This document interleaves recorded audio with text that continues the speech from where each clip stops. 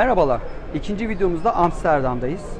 ISE 2020 yani Integrated Systems of Europe 2020 fuarındayız. Her sene olduğu gibi bu sene de bu fuarı konumuzla ilgili gelişen teknolojileri takip etmek ve uluslararası alandaki üretici firmalarla olan ilişkilerimizi tekrar bir tazelemek, toplantılar yapmak için ziyaret etmiş bulunuyoruz. Bu sene bir farklılık yaparak YouTube kanalımızda çeşitli videolar çekerek ve bunları birbirine ekleyerek bir video oluşturmayı hedefledik. Bakalım şimdi nasıl olacak, hep birlikte göreceğiz.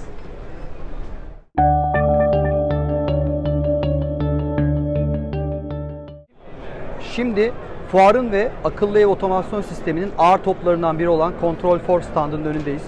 Bildiğiniz gibi ilk videomuzda Control4'un Neo uzaktan kumandasını tanıtmıştık. Şimdi bir standın içine bir girelim bakalım. Bu sene yeni çıkan, bize yeni gösterecekleri neler var? Onlara hep birlikte bakalım.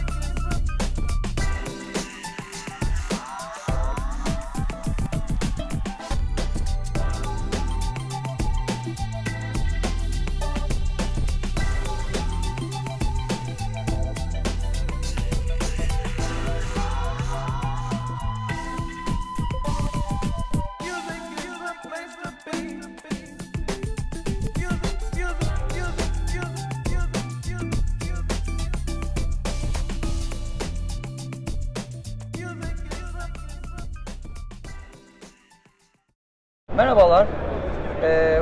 Control4 standdan birçok ürünü hızlıca bir kamerada çektik ve gösterdik. Hepsinin üzerinde detay durmak tabii çok mümkün değil. Ama burada benim dikkatimi çeken bir ürün var. Hoparlör grubunda yeni katılan Episode Signature serisi hoparlörler var. Control4 ailesine yeni katıldı. Bize montajda birçok kolaylık getirdiği için bu ürünün özelliği üzerinde bir durmak istedim. Soner'cim birlikte bir bakalım mı? Ne dersin buna? Tabii benim de çok ilgimi çekti. Normalde bunun için 3 saniyede montajının yapılabildiğini söylüyorlar. Şimdi şöyle, bu önceden hazırlanmış bir kutu. Kasa, evet. Yani inşaatlarda en çok zorluk olan şey bu hoparlörlerin tavan içinde ya da duvarda deliklerinin açılması. Boya bittikten sonra çok zor olan bir şey. Sıkıntılı bir konu. Yani boyaya zarar verme ihtimali var. Ama boyadan önceki aşamada siz bu kutuyu getirip buraya takarsanız daha sonrasında bu hoparlörü oraya monte etmek çok daha kolay hale geliyor. Hiçbir şeye zarar vermeden sadece getirip yerine takabiliyorsunuz diye düşünüyorum. Başka markaların benzer uygulamaları var ama bu ürün bu konuyu daha detaylı ve kaliteli hale getirmiş durumda. Şimdi bu hoparlörün oraya nasıl takıldığını bakacağız. Tabi burada kablolar önceden şuraya bağlanmış oluyor. Altyapı olarak çekilmiş olan kablolar önceden buraya bağlanmış oluyor. Ve burada da bir tane geçmeli soket var. Sanıyorum burada da hoparlörün üzerinde de onun karşılığı olması lazım. Evet, burada. Burada da hoparlörün arkasında bir karşılık var. Onun oraya geçeceğini düşünüyorum. Buyur Soner'cim, sen bir dene bakalım. Şöyle takıyoruz. Evet. Mandallar var. Bu ilk defa gördüğüm bir şey. Mandalları kilitliyorsunuz ve hoparlör bitiyor. Şurada mıknatıslar görüyorum. Tavanda duruyor tabii bu. Tavanda mimari pozisyona göre, oturacağınız alana göre bu Twitter'ı istediğimiz gibi yönlendirebiliyoruz. Evet. Şu açıda da var mı? Yok. Ha, böyle döndürerek Tabii istediğin açıda yapabiliriz. Bir de bir dikkatimi de şu çekti. Twitter, yani üst frekans sesler için ve bas alt frekans sesler için ufak bir artı eksi, yani az bir desibel de olsa bize bir arttırıp azaltma imkanı vermiş. Tabii subwoofer'ın olmadığı yerde bir etki yaratacaktır. Grili de mıknatıslı. Şurada mıknatıslar var. Evet, aynen. Şöyle bırakıyorum. Sadece yerine bırakıyoruz. Çok düzgün bir yüzey. Çıkarmak istediğimizde de elimizde bunu çıkarıp alabiliyoruz. Sökerken de yine aynı şekilde zannediyorum ki evet, bu kadar basit. Çıkıyor. Tabii bu kasa buraya nasıl monte ediliyor? Bir de ona bakalım. Hemen yanda. Evet. Burada da bahsettiğimiz delik, işte tavanda ya da duvarda açılmış olan delik. Bu teknik speklerinde bunun delik çapları yazıyor. Daha öncesinden ürün olmadan da delik açılabilir kolaylıkla. Bunun arkasında tabii bağlantı yapabileceğiniz bir kısım da oluyor. Ben şimdi bunu buraya getiriyorum. Şuradaki yaylı düğmelere basıyorum. Ve arkadan sıkıştı. Gayet kolay. Bunda da takalım hoparlörünü.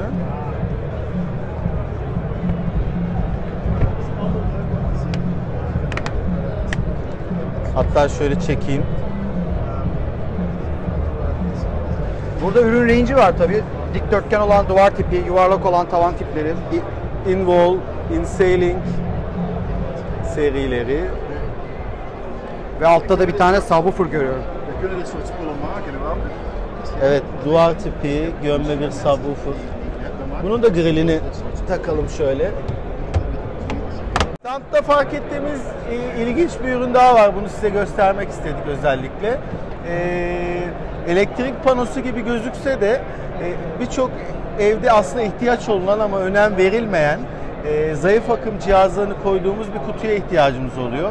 Bunlarda maalesef havalandırması olmayan ahşap raflara cihazları koyacağımız bir alanlar bizim için sunuluyor. Bu onlara ciddi alternatif olacak ve oldukça portatif bir kutu. Şöyle açalım. İlginç bir yanı bu plastik. Bunu konuştuk yetkililerle ve özellikle plastik olmasının access point'ler, modemleri koyduğumuzda metal kutularda ciddi bir sinyal kesintisine yol açıyor. Ama bu plastikle bunun önüne geçmişler. Bir diğer söyleyeceğim, panonun kapağındaki havalandırma menfezi, bu şekilde bir sirkülasyon sağlanıyor. Soğuk hava alttan, sıcak hava üstten. Evet, evet. Şimdi burada bir pano gibi bir malzeme var. Buna network switchleri takabiliyorsunuz ya da bunun arkasına başka bir ürün daha takabilmeniz için bir boşluk var.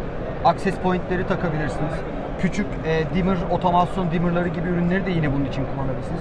Kablo giriş çıkışları düşünülmüş altta ve üstte.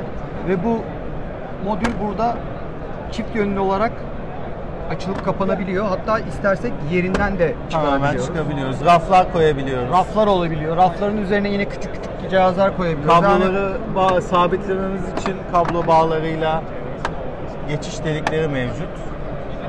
Yani bu aslında küçük bir sürü elektronik cihazı içinde tutabilecek bir pano. Tabii, yani kablolar hazır olduğun sürece bunu yerde de, masa üzerinde de dizayn edip tekrar buraya kasasıyla birlikte koyup sonradan kablo bağlantılarını da yapabiliriz. Başka gözden kaçan bir şey var mı diye bakıyorum. Kilidiyle ilgili bir detay var tabii. Onun dışında bir üründe burada yine aynı firma düşünmüş bu ürünü. Bu da televizyonun arkasına koyacağımız cihazlar için. Şimdi biz televizyonla ilgili birçok cihazı merkezi ünitelere, merkezi dolaplara koyuyoruz. Odada çok fazla elektronik cihaz olmasını istemiyoruz. Ama ister istemez yine televizyonun arkasına bu sinyali alacak cihazlar, access point gibi ya da küçük Apple TV gibi cihazlar koymamız gerekebiliyor. Network switch koymak gerekebiliyor. Bu televizyonlar duvara bu tip askı aparatlarıyla asılıyor. Ama arkasına koyduğunuz cihazları yandan baktığınızda görebiliyorsunuz. Kablo bağlantıları. Kablolar dışarı taşabiliyor gibi, aşağı düşebiliyor gibi bir takım sıkıntılar oluyor. Bu televizyonun tam arkasına gelecek olan bir kutu dizayn etmişler. Yine bu kutunun içinde kablo delikleri var, uygun paneller var, raflar var. Bunun içine birçok şeyi koyup kapağını kapattığınızda tabii birkaç tane ölçü var bu boxlarla ilgili.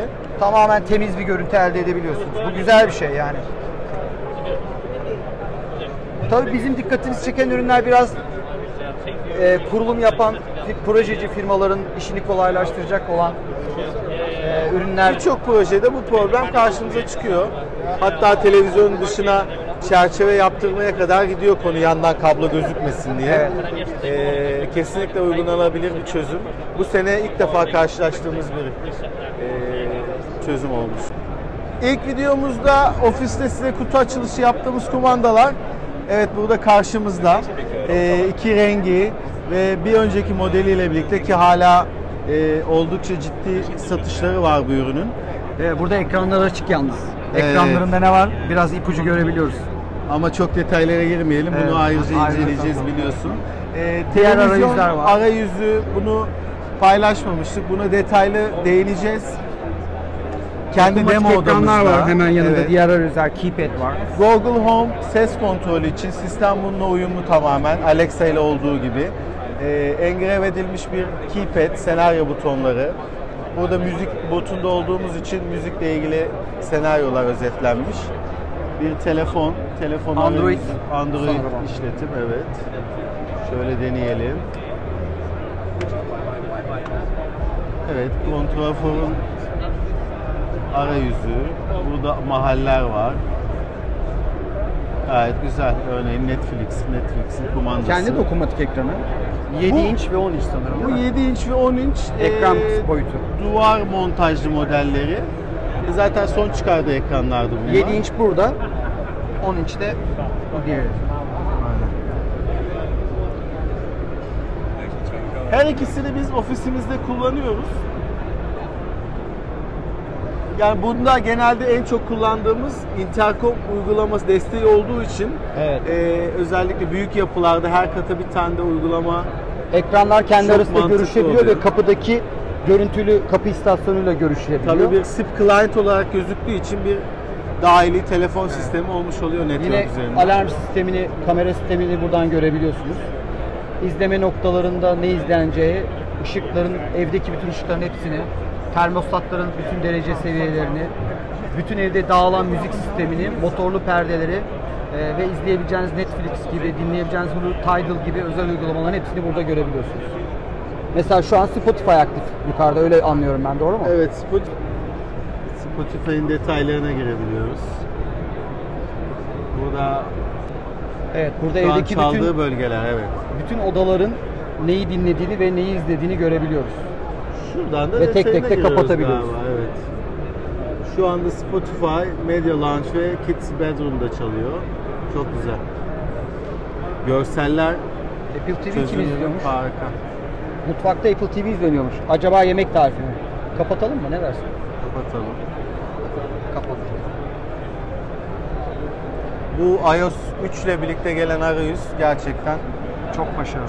Çok başarılı. Görsel olarak da çok başarılı, kullanım olarak da çok başarılı. Diğer standlara da gidelim hızlıca.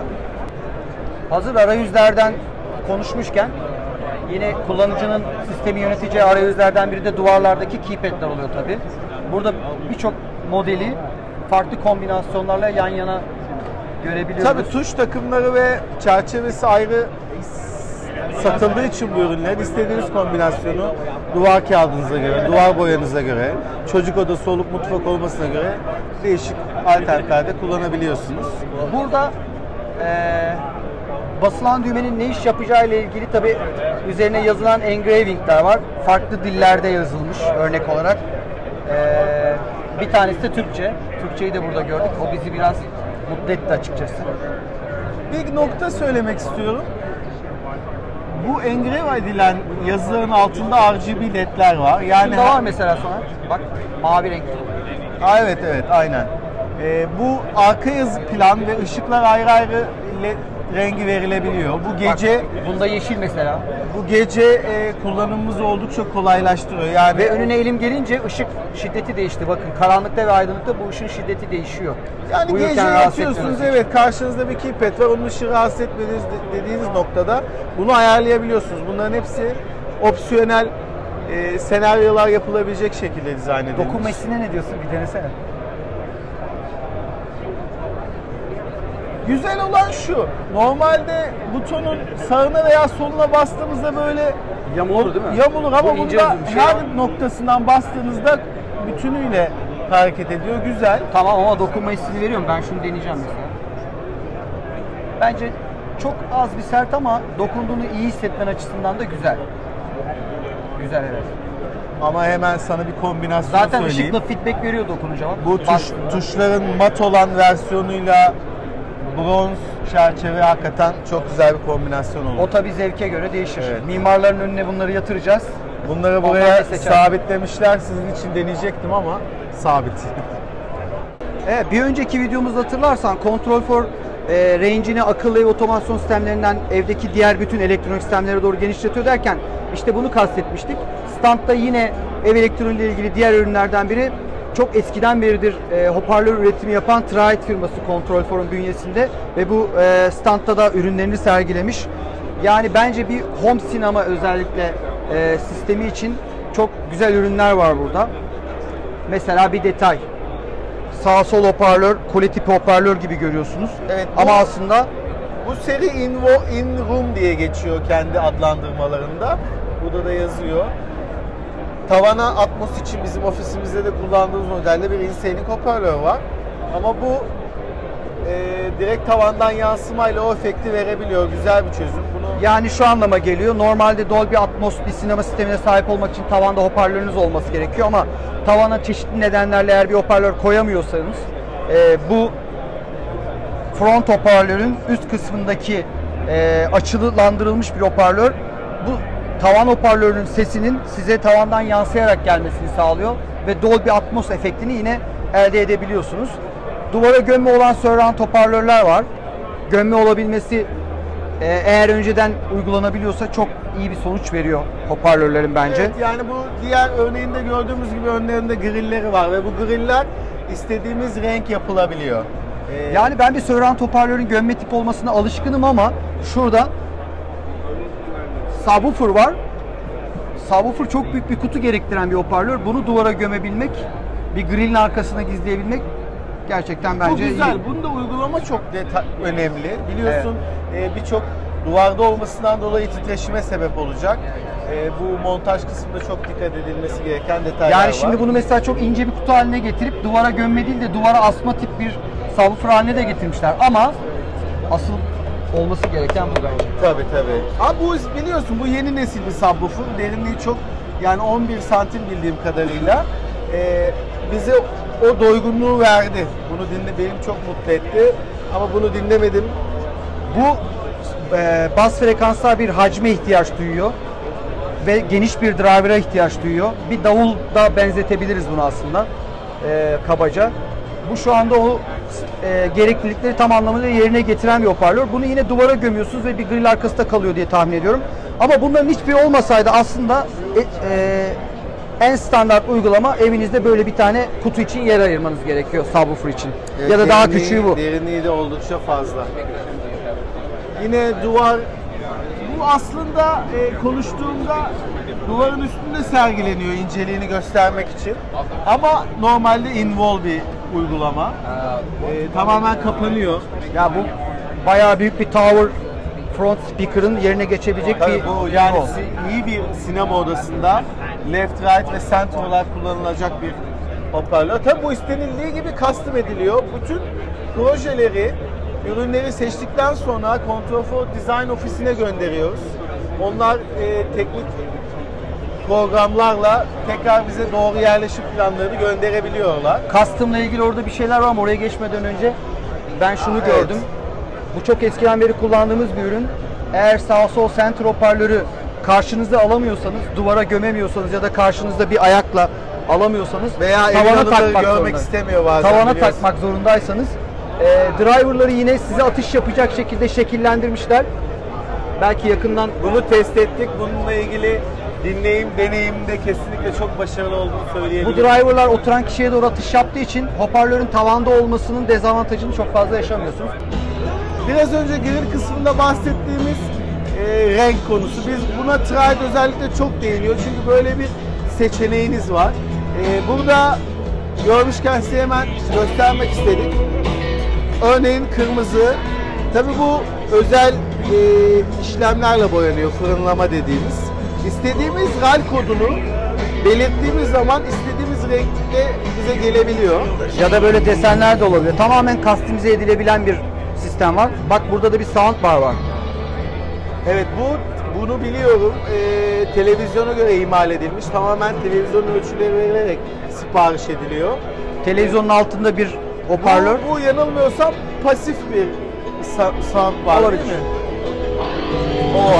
Televizyonun arkasında bu soundbarla birlikte montaj aparatları geliyor. İsterseniz bunu açabiliyorsunuz. Bu televizyonun modeline göre değişir. İsterseniz tamamen yapıştırabilirsiniz. Genişliğine göre televizyonun ayarlanabilir bir model. Evet. Bunu da deneyimleyeceğiz. Ses ve kullanış olarak size detaylı bilgi vereceğiz.